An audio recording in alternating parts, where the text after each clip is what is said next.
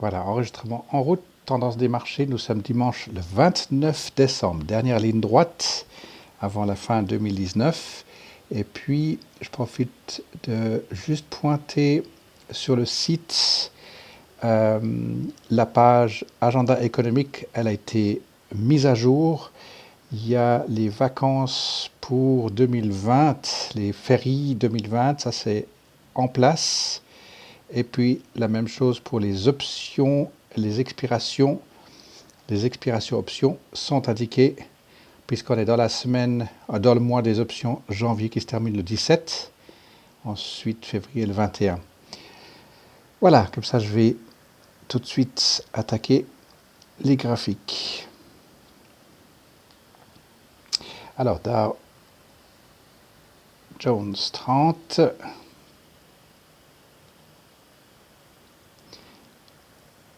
Alors, 29 décembre, donc c'était vendredi passé que nous voyons ici que le Dow Jones a établi le point le plus élevé sur toute son histoire et puis y compris cette année.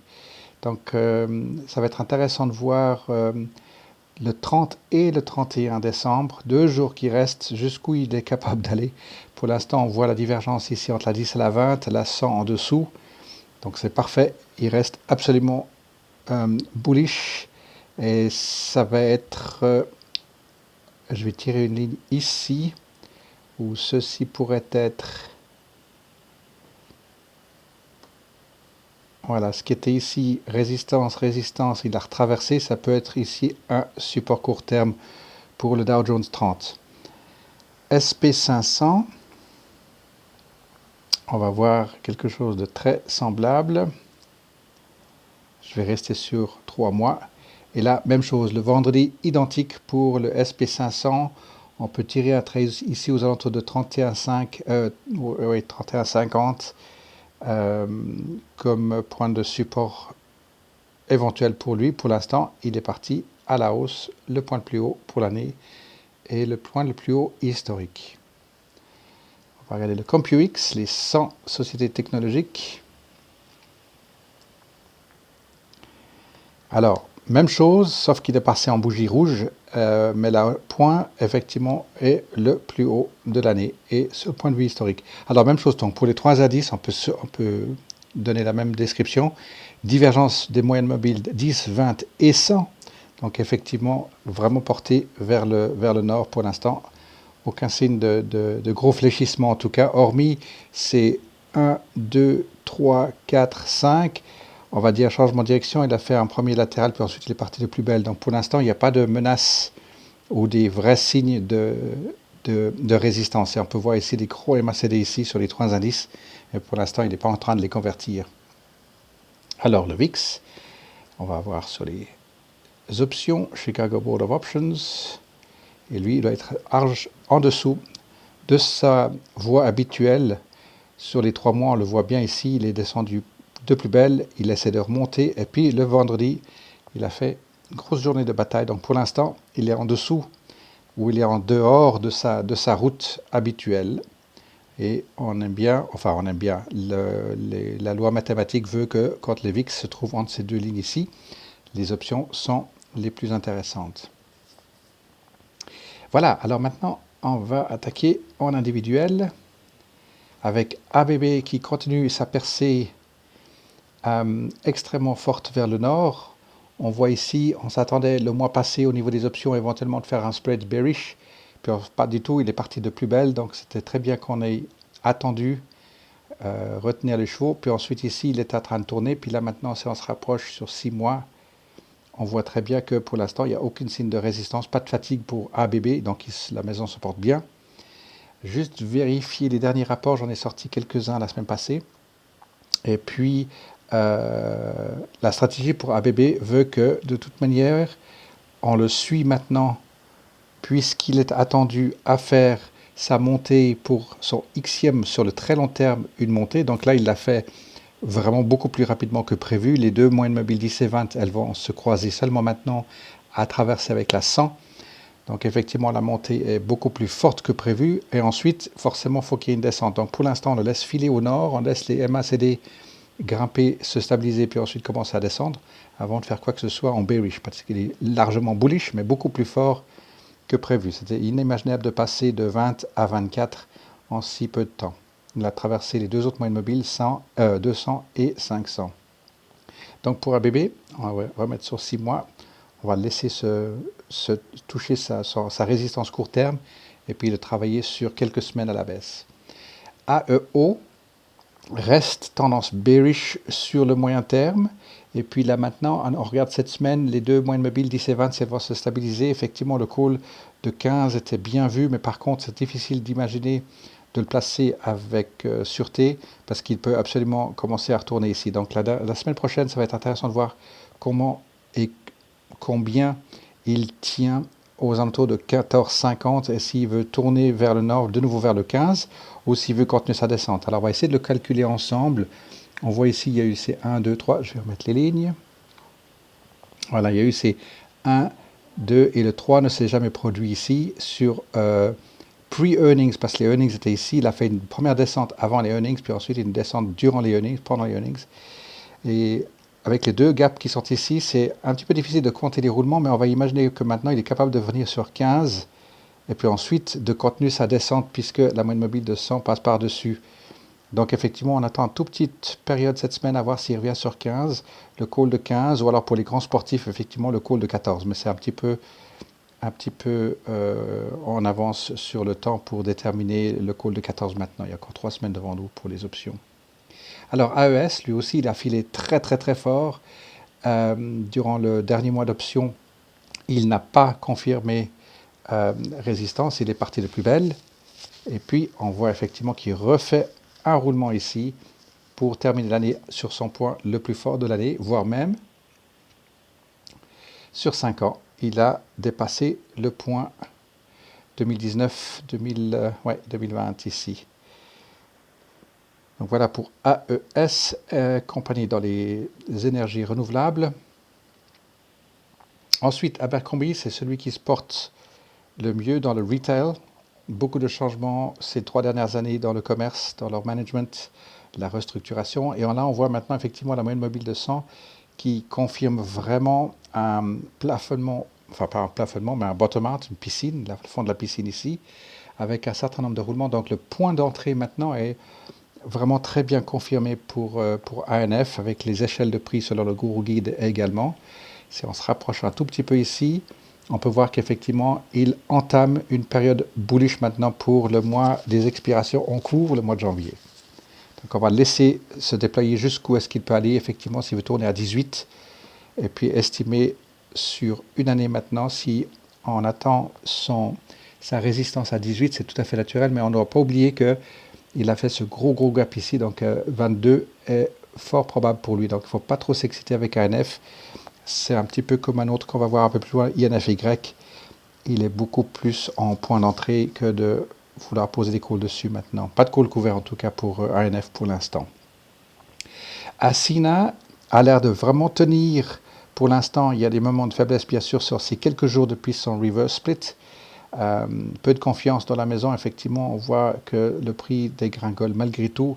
Si on se remet sur 3 mois, on peut voir effectivement que sur 1, 2, 3, 4, 5, 6, dans l'axe, il y a une légère descente ici. Donc il faudra juste se méfier s'il faut peut-être effectivement fermer les positions, mais malheureusement c'est toujours la même chose. Si tout le monde ferme les positions, ben forcément que la maison reflète ceci. BlackBerry, lui, au contraire, a fait son gap vers le haut et il s'est posé bien sur cette ligne, sur cette autoroute. Alors, on revient un petit peu en arrière jusqu'au mois d'octobre. Ici, il y avait un premier roulement après le changement de direction. Premier roulement, deuxième roulement. Le troisième roulement, il l'a plus que fait puisqu'il est passé carrément à l'échelle d'en dessus. Ici, il avait entamé un premier roulement, un deuxième roulement, et puis bon, troisième roulement ici. Ça, c'est musique d'avenir, mais en fait, pour un très lointain, on va dire, parce que la moyenne mobile de 100, elle arrive en plein dessous ici. Donc il est très bullish court terme, avec les deux fils 10 et 20 qui s'écartent. Alors, on va imaginer la chose suivante pour BlackBerry, je vais me mettre sur 6 mois. Au vu du fait qu'il annonce des dividendes maintenant, deuxième rapport de suite de dividendes historique depuis 4 ans, et là on arrive à le bottom de son gap. Donc ici, il est attendu, donc ici, les fameux supports où il tenait bien ici aux alentours de 6,75 par là autour. Je vais y arriver, voilà, 6,75. Donc il va venir taper la tête, c'est tout à fait naturel qu'il va venir taper la tête ici, et puis ensuite voir s'il est capable de passer. Au vu du fait qu'il est passé de 5 à 6,50 maintenant, grosso modo, il est probable que enfin les investisseurs rentrent à nouveau dans ce titre, puis on veut le trouver à 7, entre 7 et 8. Donc pour l'instant, de nouveau, au niveau des calls, faites attention parce que les calls de 6 n'existent pas encore pour janvier, ou en tout cas pas le 6,50 pour janvier, ni le 7. Donc laissez le temps venir à ce que les courtiers mettent les calls en place. On va voir demain si dans les option chain, le call de 7 apparaît de nouveau. Voilà pour BlackBerry, donc plutôt bullish. Buckle, alors lui, il est en train de faire un arrondi sur notre ligne. On va laisser cette ligne comme parfait puisque ce gap était plus ou moins attendu, mais pas du tout dans cette envergure ici avec les deux bougies suivantes. Alors on va dire premier roulement ici, deuxième roulement, troisième roulement. Donc entre là où il est maintenant, 26,50, grosso modo 26,70, 26,50 on va dire, à plus ou moins, si vous bien me prendre la main, ouais, $1, on va dire 26,50 à 27,50, c'est tout à fait naturel là où il se trouve. Il se trouve en bullish par rapport à la moyenne mobile de 100. Il y a du balance of power ici entre le MACD. Bon, il y a un peu plus de faiblesse cachée, vous allez me dire, ok. RSI est en dessus, donc attention, il peut faire un revirement de situation. Mais il est bien soutenu depuis une année, je vais revenir sur une année, depuis le mois de juin, on va dire depuis ici à 18, il a tourné, et vous voyez la moyenne mobile de 100 ici, donc c'est ce qu'on recherche sur le long terme pour passer en dessous. C'est pour ça que je l'avais remis sur la ligne de mire, et puis ensuite il est parti assez fort. CHK bouge dans le bon sens, il est en plein dans la ligne ici, je ne vais rien dessiner de plus.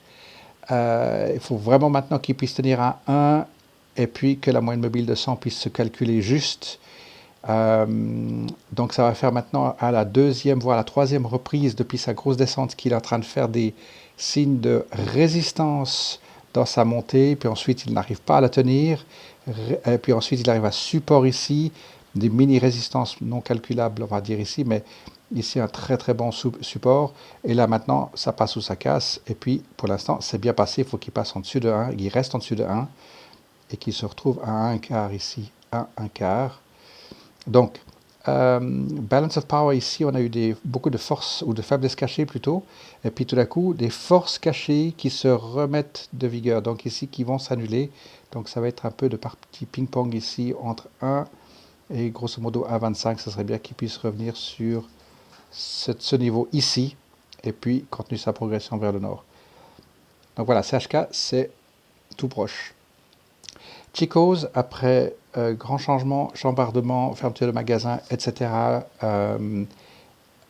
Et d'autres, regardez bien le rapport, il y en a tout récent, tout chaud. Donc là aussi, maintenant, on voit la moyenne mobile de 100, elle arrive par-dessous, donc la cuvette, c'est le terme que je cherchais tout à l'heure, le fond de la piscine.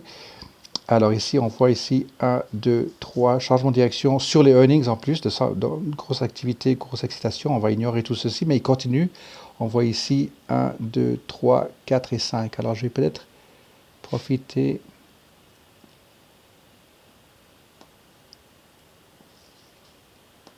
Voilà, plus ou moins comme ceci, puisque maintenant il l'a fait sur un long terme. Donc ici, 1, 2, 3, 4, 5. Bon, il s'est écroulé vendredi, il est passé largement en dessous. On va se rapprocher pour voir ce que ça donne. Donc il y a eu 3 journées bougie rouge ici. Maintenant, ce qui sera important, c'est qu'il puisse repasser en dessus de 4. Mais on voit qu'effectivement, il va rester aux alentours du 4 pour l'instant, jusqu'à l'expiration prochaine, très probablement. Voilà pour CHS.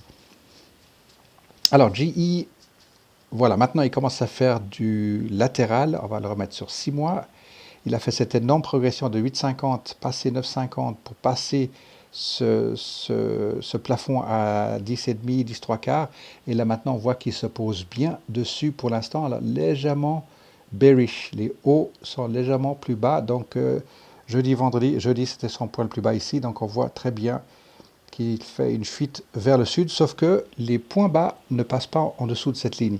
Donc, c'est plutôt du latéral pour pour GE. On va juste se mettre sur un an. Voilà, un an, donc il est en dessus de toute cette période ici. L'axe de 10, on va dire, il est bien en dessus maintenant. Donc s'il tient bien ici à 11, et puis que la moyenne mobile de 100 maintenant qu'avec fait une première étape de bottom out, puis ensuite la deuxième bottom out, il faut juste se souvenir qu'il vient de très très très haut. Et on l'avait suivi à partir du moment où il a fait commencer à sa dégringolade. On l'avait suivi et on a estimé un tout petit peu trop vite, mais il n'y a pas de regret puisqu'on a encaissé des WAB, on a encaissé des dividendes. Et là maintenant, on voit la 10 ici, le fil jaune courbe très sérieusement ici. Et là, vous avez un massive buying MACD de force cachée ici. Donc voilà, donc 2020 pour GE va être une année bullish pour eux, sauf incidence technique, industrielle ou autre, mais c'est bien parti en tout cas.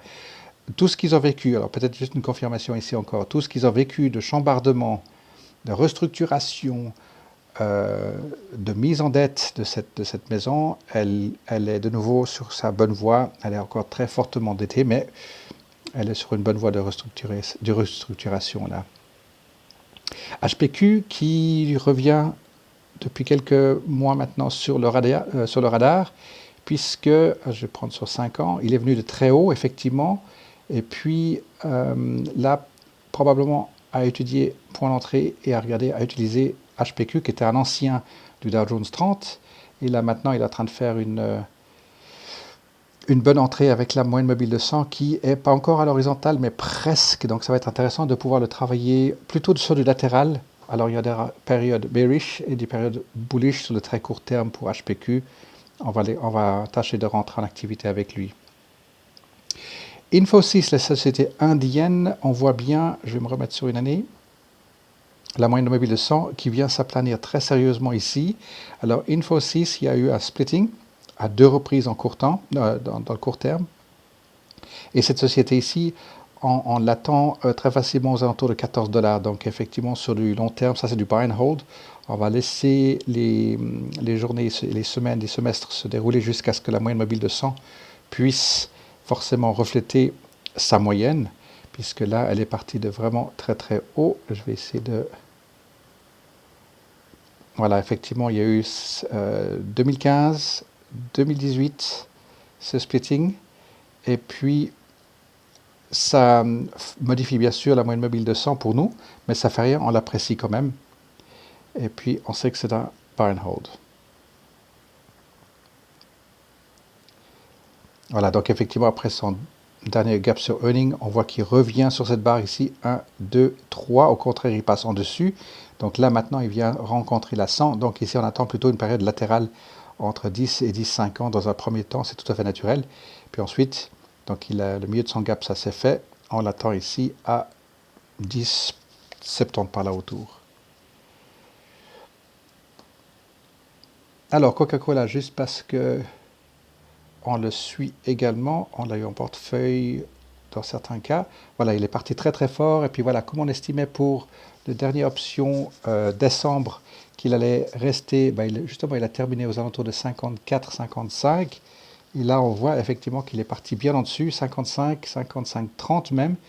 Et puis est-ce que cette semaine, lundi, mardi, il va arriver à dépasser son point le plus élevé ici, à pratiquement 56. Tout à fait possible pour lui. Alors Nike, on va juste le laisser de côté à 100 $. Nokia, puisque celui-ci est arrivé en plein sur nos radars après dernier earnings, le gap vers le bas. Il y a le dernier rapport qui vient de sortir, les deux fils 10 et 20 qui se croisent. Donc là maintenant, comme on a dit depuis quelques semaines, il est sur le point de nous confirmer effectivement une bonne force de support. La moyenne mobile de 100, c'est normal qu'elle vienne par le haut, mais effectivement, le temps passe, il est très discret pour l'instant, à des petites bougies, etc. À 4 $, les primes ne sont pas excellentes pour l'instant parce qu'il y a très peu de mouvement sur le Nokia, c'est son type, société européenne, nordique européenne. Donc voilà, par contre, sa progression, elle est justifiée, et puis on l'attend à 4,05 et les primes commenceront à prendre des valeurs à partir de ce moment-là. Alors, c'est juste pour le gaz naturel, enfin pétrole, je vais juste le mettre sur 5 ans. Lui aussi, Oasis a fait son point le plus bas maintenant, et donc ici, un retournement qui doit s'effectuer pour lui. Ça nous donne un peu un indicateur dans le secteur. Je vais passer donc à Starbucks, et là on voit que Starbucks, il est revenu au-dessus de son prix avant gap, avant splitting. Donc ça c'est excellent pour Starbucks, ça se porte bien. Signe de résistance, pas du tout. Les deux moyennes mobiles restent écartés ici, 10 et 20. Donc voilà, Starbucks à 88 $ passé. On le garde en température sur la bourse puisque c'est un des grands marchands de café pour nous, enfin pour nous, point de vue mondial. Et puis, on va juste le regarder sur un long terme comme ceci. Voilà, c'est quelque chose de nouveau pour lui. Au-delà de 60, c'est quelque chose d'énorme. Ils avaient fait le splitting ici à quelque chose comme pratiquement 100 $. Il y a de nouveau à 100 $. Il est à 88 en splitting, c'est parfait. Alors, Shoe, Stephen Madden. Alors, je vais le mettre sur un an de nouveau. Alors, Shoe, la moyenne mobile de 100, c'est ça qui m'a attiré l'attention. Et puis là, maintenant, effectivement, pourquoi pas travailler sur ou avec Shoe pour des spreads. On va mettre sur une année, on va mettre sur 5 ans, splitting 3 pour 2, et puis, alors oui, bon, attention à les vélos, parce qu'ici, croisement des deux moyennes mobiles 10 et 20, donc lui, il est parti de nouveau pour des hausses assez fortes, il les a déjà fait en quelques mois. Il est passé non seulement au-dessus de son prix de split, il est déjà pratiquement à 50% du mi-split, et puis, alors, attention, c'est 3 pour 2. Il faudrait calculer juste la valeur, mais le rapport ici, ou l'échelle comme ça à l'œil, on voit que la réaction est très très très forte sur cette société. Alors, Skechers, alors lui, il nous intéresse puisqu'on est en partie dedans, on a déjà réalisé des bénéfices avec, et puis, je vais remettre mes lignes, puisque on s'attendait effectivement du latéral pour finir l'année, les options décembre aux alentours de 42, il est passé fortement en dessus, il est en train de maintenir cap en dessus. On va se remettre sur 6 mois et on voit qu'il est en résistance du tout. Il est resté latéral et puis ensuite il est parti de plus belle. Donc pour l'instant, SKX est tout à fait capable d'aller chatouiller les 44 pour terminer les options janvier, le 17 janvier à 44, voire même en dessus. Donc il est bullish à partir de septembre, les 3 moyennes mobiles croisées à la hausse. Donc lui, il est parti vraiment de plus belle. Alors, SWN, pour revenir dans le secteur des énergies, il est exactement sur notre route, un roulement, deux roulements et le troisième roulement. Donc c'est tout à fait naturel qu'il se retire un tout petit peu. La différence maintenant, c'est que la moyenne mobile de 100, elle passe à travers les bougies. Donc c'est la prochaine période, février, qui va être intéressant pour le suivre parce que c'est normal qu'il veuille redescendre à grosso modo jusqu'à 2, 2,10, 2,5 par là autour, 2,05. Puis ensuite, est-ce qu'il va faire un quatrième roulement? Je vais mettre sur une année. Je vais faire un tout petit peu de place ici. Voilà, donc ici, troisième roulement, puis ensuite quatrième roulement, et ensuite cinquième roulement, changement de direction. Ou alors, au vu du fait que la probabilité de la moyenne mobile de 100 elle arrive ici, il y aura un changement de direction, puis il voudrait utiliser cette ligne comme support. C'est tout à fait faisable pour lui, il est capable de le faire puisqu'il a fait cette énorme dégringolade. Et puis là, de nouveau, pas restructuration, mais dans le secteur en tout cas, avec tout ce qui s'est produit, les investisseurs reprennent un petit peu de confiance de nouveau dans ce domaine, avec tous les débats différents de énergie recyclable, le rapport de l'Europe qui a sorti des chiffres pas très positifs sur le renouvelable, l'Allemagne qui s'est fortement endettée. Vous savez qu'il y a quelque chose comme 30 000 ménages qui n'ont pas de courant électrique chez eux, tellement l'électricité est devenue très chère, avec les hélices, les éoliennes. Alors, Tech, 1740, 1, 1, 2, 3, ou 1, 2, peu importe ici, il faudra qu'il fasse encore une, voire deux, il est pile poil dessus. TECK, je vais me rapprocher. TECK, effectivement, ça je vous laisse apprécier. Je vais dire 1, 2, et puis maintenant, On attend un vrai 3 ici, il a fait deux petites ici, mais la moyenne mobile de 100, c'est ça qui m'intéresse. Donc là aussi, il se pose bien sur la ligne ici, ça va être très très bien pour TECK pour qu'il puisse revenir vers les 19. Donc voilà une société à moins de 20 et qui a une possibilité, un potentiel assez intéressante. On a vu effectivement qu'il a fait une longue période sideways. Il a fait la descente ici. Donc c'est là maintenant que ça nous intéresse. C'est les deux fils ici, croisement sur le très très très long terme. Et puis ça peut être une valeur à suivre et à confirmer. Under Armour, je reste sur le même espace-temps ici. Souvenez-vous, souvenons-nous, splitting, vraiment cette grosse descente après le splitting. Par contre, là maintenant, vous voyez qu'il confirme bien et qui se pose bien ici à 21 et des poussières. Donc voilà une société qui a fait ses preuves pour l'instant. On va le remettre sur 6 mois. Et puis, à chaque fois qu'il tricote aux alentours de ces 3 moyennes mobiles, il nous indique période bearish. Maintenant, il rentre dans une période plutôt bullish, court terme. Donc voilà, peut-être qu'on pourra de nouveau l'utiliser pour des calls couverts ou en tout cas des spreads éventuels aussi. Alors Web, juste par rapport à GE, on l'attendait effectivement à 70 au milieu de l'année passée, on disait 70, ensuite il a touché les 77, 78 même maintenant, donc pourquoi pas les 80. Juste sur 5 ans ce que ça donne, il est passé d'un extrême 110 et puis maintenant on voit effectivement ce beau point de support ici qui est vraiment bien confirmé ici à 70 maintenant, grosso modo 70. Et puis la moyenne mobile de 100 qui vient de vraiment tout au sud, mais plutôt de vision nordique, enfin pointé vers le nord pour son prix. Et puis Wendy's a dépassé son point le plus élevé de l'année pour arriver maintenant à 22,16. Pardon, c'est pas ça que je veux, j'aimerais revenir sur une année, merci. Voilà, effectivement, son point le plus élevé ici, de 22, presque 23. Et puis, il continue de faire cette progression. Il monte des signes de résistance, mais il ne tourne pas. Et pour l'instant, pas de résistance à 22,16. Donc, effectivement, il est vraiment, vraiment loin de cette première période de résistance ici. Deuxième période de résistance. Et là, il ne confirme même pas. Donc, de 17 à 22. Donc, pour l'instant, il tient absolument bien ses marques. Voilà, est-ce que j'ai fait le gros tour? Est-ce qu'il y a des questions?